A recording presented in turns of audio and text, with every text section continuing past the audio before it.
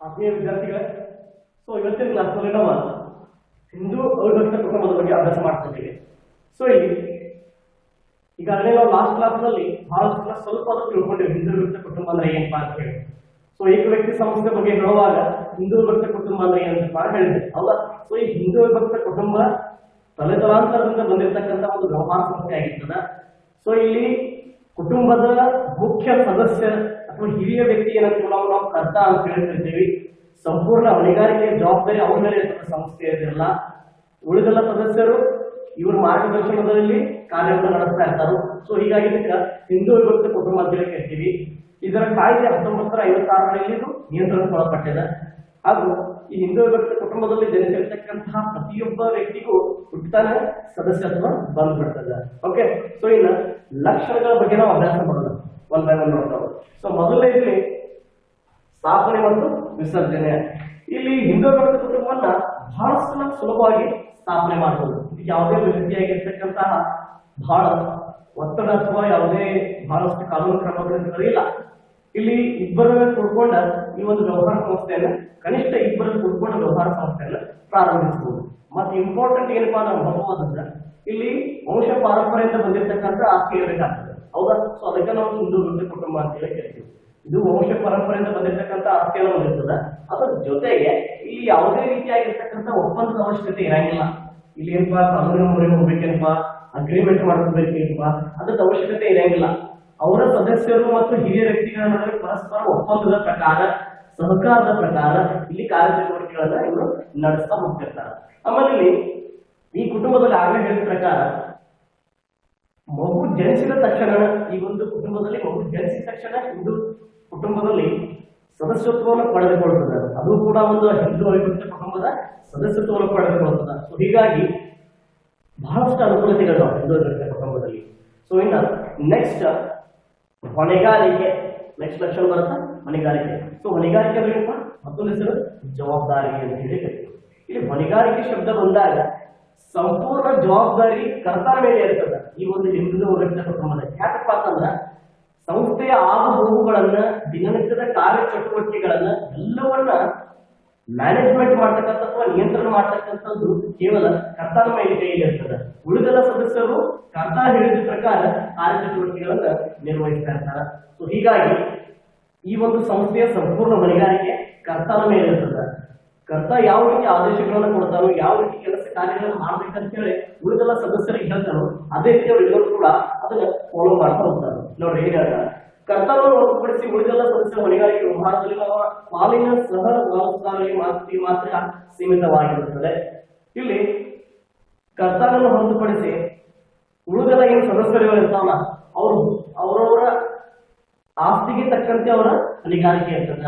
ಈ ಉದಾಹರಣೆಗೆ ಒಬ್ಬ ವ್ಯಕ್ತಿನ ಹೊಣೆಗಾರಿಕೆ ಅಥವಾ ಆಸ್ತಿ 1 ಲಕ್ಷ ಇದ್ರೆ ಅವನ ಹೊಣೆಗಾರಿಕೆ ಇಷ್ಟಕ್ಕೆ ಮಾತ್ರ ಸೀಮಿತವಾಗಿರ್ತದೆ. ಇನ್ನೊಬ್ಬ ವ್ಯಕ್ತಿ ಸದಸ್ಯರನ್ನು ಅವನ ಆಸ್ತಿ 2 ಲಕ್ಷದ ಅದು ಹಂಚಿಕೆ ಆಗಿರ್ತದ. ಅವನ ಸಂದರ್ಭದಲ್ಲಿ ಈ 2 ಲಕ್ಷಕ್ಕೆ ಮಾತ್ರ ಹೊಣೆಗಾರಿಕೆ ಆಗಿರ್ತಾನೆ.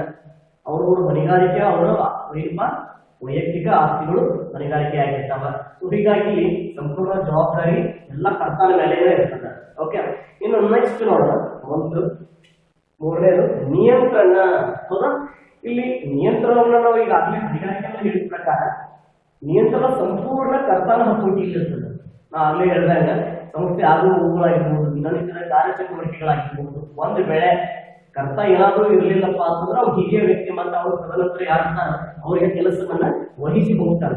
ಬಟ್ ಅವನು ಇದ್ದಾಗ ಸಂಪೂರ್ಣ ಸಂಸ್ಥೆಯ ಜವಾಬ್ದಾರಿಯನ್ನು ಒಬ್ಬನೇ ತೆಗೆದುಕೊಳ್ತಾನೆ. ಎಲ್ಲ ನೋಡೋಣ, ಹಿಂದೂ ಅವಿಭಕ್ತ ಕುಟುಂಬ ವ್ಯವಹಾರ ಕರ್ತನ ನಿಯಂತ್ರಣಕ್ಕೊಳಪಟ್ಟಿರುತ್ತದೆ. ಅವನು ಸಮಸ್ತ ನಿರ್ಧಾರಗಳನ್ನು ತೆಗೆದುಕೊಳ್ತಾನೆ. ವ್ಯವಹಾರವನ್ನು ನಿರ್ವಹಿಸುವ ಅಧಿಕಾರವನ್ನು ಹೊಂದಿರುತ್ತಾನೆ. ಆತನ ನಿರ್ಧಾರವು ಇತರ ಸದಸ್ಯರನ್ನು ನಿರ್ಬಂಧಿಸುತ್ತದೆ. ಇವೇನ್ ಡಿಸಿಷನ್ ತಗೊಳ್ತಾರಲ್ಲ, ಇವೇನ್ ನಿರ್ಧಾರ ತಗೊಳ್ತಾರ ಅದರ ಫೈನಲ್ ಡಿಸಿಷನ್ ಆಗಿರ್ತದೆ. ಎಲ್ಲಾ ಸದಸ್ಯರು ಅದಕ್ಕೆ ಸಹಮತದಿಂದ ಒಪ್ಪಿಗೆಯನ್ನು ಸೂಚಿಸ್ತಾರೆ.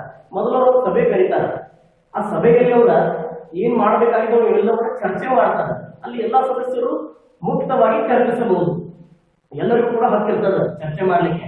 ಬಟ್ ಕೊನೆಗೆ ತೆಗೆದುಕೊಳ್ತಕ್ಕಂಥ ನಿರ್ಧಾರ ಅದು ಕೇವಲ ಕರ್ತನ ಮೇಲೆ ಆಗಿರ್ತದೆ, ಅವಲಂಬಿತವಾಗಿರ್ತದೆ. ಯಾಕೆ ಮಾಡ್ತಂದ್ರ ಆ ಸಂಪೂರ್ಣ ಜವಾಬ್ದಾರಿಯನ್ನು ಅವನು ಹೊತ್ಕೊಂಡಾಗ ಅವನು ಅವನ ನಿಯಂತ್ರಣಕ್ಕೆ ಒಳಪಟ್ಟಾಗ ಅದು ಒಳ್ಳೇದಾಗಬೇಕು ಅಥವಾ ಅದು ಕೆಟ್ಟದಾಗೋದನ್ನ ಯಾವ ರೀತಿ ತಪ್ಪಿಸಬೇಕು ಈ ಎಲ್ಲವೂ ಕೂಡ ಕರ್ತನ ನಿಭಾಯಿಸ್ತಾ ಇರ್ತಾನೆ. ಹೀಗಾಗಿ ಸಂಪೂರ್ಣ ಸಂಸ್ಥೆಯ ಹೊಣೆಗಾರಿಕೆ ನಿಯಂತ್ರಣ ಎಲ್ಲವೂ ಕೂಡ ಕರ್ತನ ಅಡಿಯಲ್ಲಿ ಇರ್ತದೆ ಅಂತ ನಾವಿಲ್ಲಿ ಹೇಳ್ಬೋದು.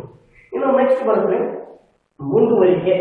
ಹೌದಾ, ಈ ಒಂದು ಸಂಸ್ಥೆ ವಿಸರ್ಜನೆ ಆಗೋದು 99% ಕಡಿಮೆ. ಯಾಕಪ್ಪ ಅಂತಂದ್ರೆ ಇಲ್ಲಿ ಸದಸ್ಯರ ಸಂಖ್ಯೆ ಜಾಸ್ತಿ ಇರ್ತದ. ಹೌದಾ, ಸದಸ್ಯರ ಸಂಖ್ಯೆ ಜಾಸ್ತಿ ಇದ್ದಾಗ ಕುಟುಂಬದ ವ್ಯವಹಾರಗಳಿಂದ ಯಾವುದೇ ಕಾರಣದಿಂದ ಸ್ಥಗಿತಗೊಳ್ಳೋದಾಗಲಿ ವಿಸರ್ಜನೆಗೊಳ್ಳೋದಾಗಲಿ ಬಹಳಷ್ಟು ಕಡಿಮೆ ಚಾನ್ಸಸ್ ಇರ್ತದ. ಈ ಒಂದು ವ್ಯವಹಾರಕ್ಕ ಅಸ್ತಿತ್ವ ಜಾಸ್ತಿ ಇರ್ತದ, ಇದು ಮುಂದೆ ನಡೀತಾ ಹೋಗ್ತದ ಅಂತ ಕೂಡ ಹೇಳ್ಬೋದು. ಉದಾಹರಣೆಗೆ ಒಂದು ವೇಳೆ ಕರ್ತನ ನಿಧನ ಆಯಿತು ಅಥವಾ ಮರಣ ಹೊಂದಿದ ಅಂತ ಇಟ್ಕೊಳ್ತಾರೆ, ಅವಾಗ ವ್ಯವಹಾರ ವಿಸರ್ಜನೆ ಮಾಡಂಗಿಲ್ಲ.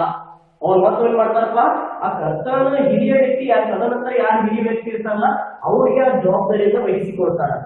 ಸೊ ಅವ್ರು ಮತ್ತದು ವ್ಯವಹಾರದ ಮುಂದುವರಿಕೆ ನಡೀತಾನೆ ಇರ್ತದ ನಿರಂತರವಾಗಿ, ಯಾವುದೇ ಅಡೆತಡೆಗಳಿಲ್ಲದೆ ಯಾವುದೇ ತೊಂದರೆಗಳಿಲ್ಲದೆ ಸಂಸ್ಥೆ ನಿರಂತರವಾಗಿ ತನ್ನ ಕಾರ್ಯಚಟುವಟಿಕೆಯನ್ನ ನಡೆಸ್ತಾ ಹೋಗ್ತದ.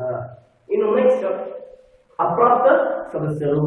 ಓಕೆ, ಸೊ ಅಪ್ರಾಪ್ತ ಸದಸ್ಯರು ಈಗಾಗಲೇ ನಾನು ನಿಮ್ಗೆ ಹೇಳಿದ ಪ್ರಕಾರ ಯಾವ ಸದಸ್ಯರು 18 ವಯಸ್ಸನ್ನು ಪೂರ್ತಿಗೊಳಿಸಿಲ್ಲ ಅವನಿಗೆ ಅಪ್ರಾಪ್ತರು ಅಂತ ಹೇಳಿ 18 ವಯಸ್ಸು ಪೂರ್ತಿಗೊಳಿಸಿದ್ರೆ ಅವರಿನ ಪ್ರಾಪ್ತ ಸದಸ್ಯರು ಅಂತ ಹೇಳಿ. ಈ ಸಂಸ್ಥೆಯಲ್ಲಿ ಅಥವಾ ಈ ಕುಟುಂಬದಲ್ಲಿ ಹಿಂದೂ ವ್ಯಕ್ತಿ ಕುಟುಂಬದಲ್ಲಿ ಹುಟ್ಟಿರ್ತಕ್ಕಂಥ ಮಗು ಅದು ಸದಸ್ಯತ್ವವನ್ನು ಬೇಗನೆ ಪಡೆದುಕೊಳ್ಳುತ್ತದೆ. ಹುಟ್ಟಿದ ತಕ್ಷಣ ಸದಸ್ಯತ್ವವನ್ನು